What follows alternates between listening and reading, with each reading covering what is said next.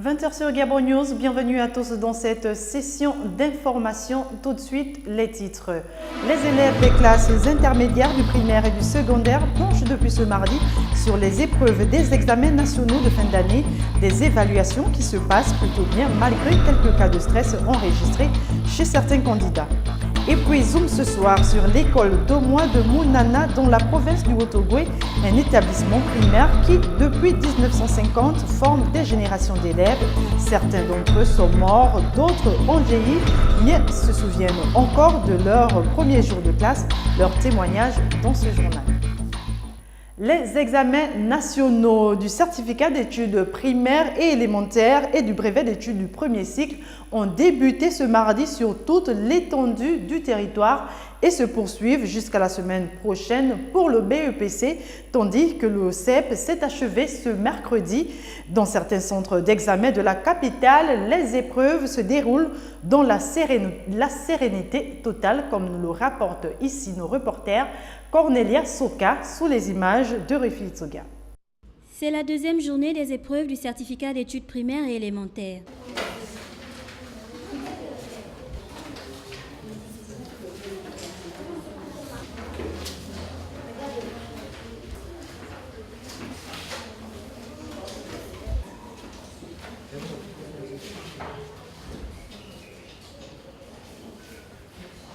Ce matin, les élèves de 5e année abordent les épreuves de calcul mental et de dessin avec beaucoup d'enthousiasme. Pour la session 2014, ils sont un peu plus de 40 000 candidats à plancher sur les sujets du CEP. Au centre d'examen de l'école primaire de Montbouet 1, ce sont en tout 415 candidats inscrits, donc 5 candidats libres qui ont composé ces épreuves dans une bonne ambiance. La fausse note observée, quelques cas de maladie causés par le stress et l'absence de 15 candidats.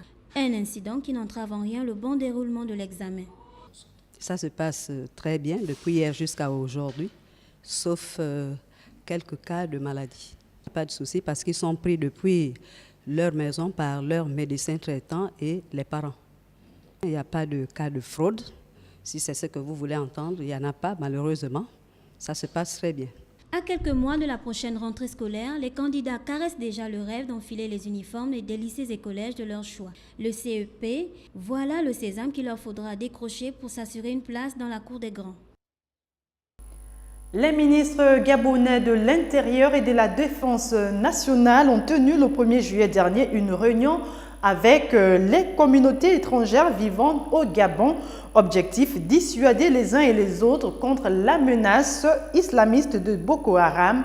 Guy Bertrand Mapangou, d'un ton ferme, met en garde quiconque irait à l'encontre de la volonté du gouvernement gabonais. Les précisions dans ce reportage de Kenny Ongori, Philippe Oyaga, sous les images de Refi Tsoga.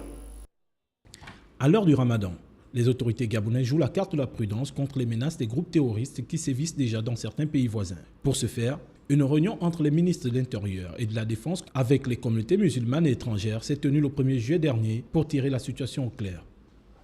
Aujourd'hui, nous avons élargi la rencontre aux chefs des communautés étrangères parce que ce sont des pays où l'on a une majorité de personnes musulmanes. Nous savons tous que la menace de Boko Haram grandit aux frontières de notre pays sous le fallacieux prétexte de l'islam. Pour le ministre de l'Intérieur, tout part d'un constat et de certaines informations recueillies et d'y prendre la mesure de la situation. Nous allons prendre nos responsabilités si au nom de quelconque organisation religieuse, terroriste ou communautaire, si dans n'importe quelle ville du pays, il arrive qu'un Gabonais tombe, il va en tomber plusieurs. Je vous avertis, je vous préviens, n'acceptez pas au nom d'une quelconque considération religieuse de loger dans vos maisons et mosquées des gens que vous ne connaissez pas.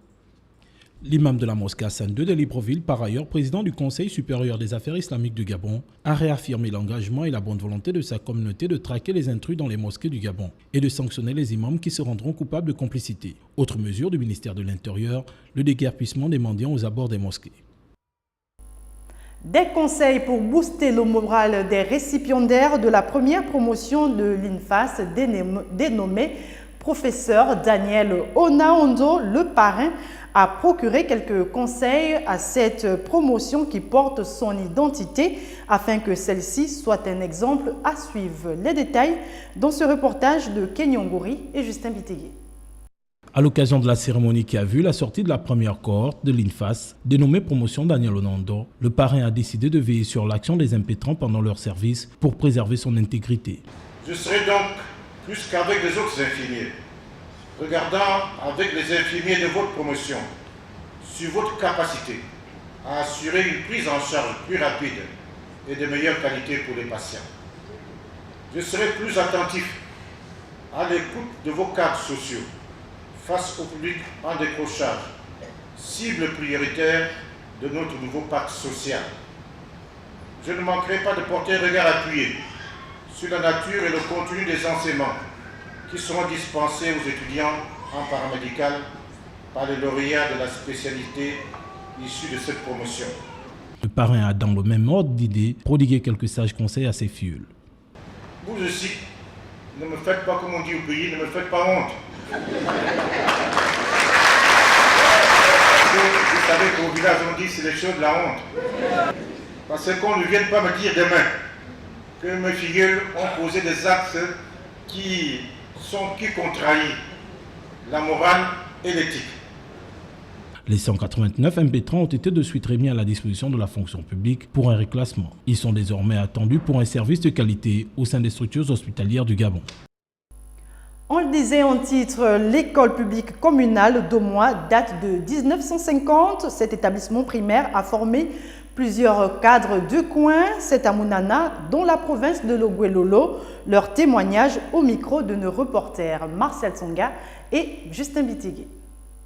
Elle date d'avant les indépendants, cette école publique communale. Nous sommes à Omoy. Ils sont deux sages et font partie des tout premiers à être inscrits dans cet établissement. Ils en parlent. L'école d'Omoy fut fondée en 1950, 1er octobre, par un enseignant bitémoin qui s'appelait M.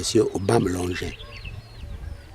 Bon, jusque-là, moi j'étais même l'un des premiers élèves. J'étais au matricule 2 depuis 1950. L'école a débuté dans nos vieux villages, au Mont Tchada, et puis c'est descendu vers ici. Quand on a déplacé le vieux village, on a mis l'école là où il y a maintenant le village. Après là, c'est là où l'école est venue ici. J'ai appris ici. Plusieurs cadres de la localité de Mounana ont été formés dans cette école qui a aujourd'hui 64 ans. Il a formé tous les fonctionnaires d'ici, sauf le monsieur Miboto qui n'était pas, parce que lui il a appris à la Sougil. Mais tous les restes, Mapoba, Mbimbengoy, Ndumba, Daniel, tous nous avons appris ici. Cette école publique communale d'Omoy est une fierté pour Jean-Baptiste Ngoukou, chef de village Omoy, et Guillaume Matéa, chef canton les Kédi-Leyou. Ils promettent de leur vivant veiller sur cette école, souvenir de leur enfance. Érigée en plein centre de la cité de Moulundu, la statue de Wongo, figure historique du Gabon en général et de la province de Logouelolo en particulier, est l'une des fiertés de la ville. À travers cette image en bronze, beaucoup d'élèves se souviennent. Ils sont d'ailleurs fiers de voir de mémoire l'impose. Reportage de Marcel Tsonga et Justin Bitigui.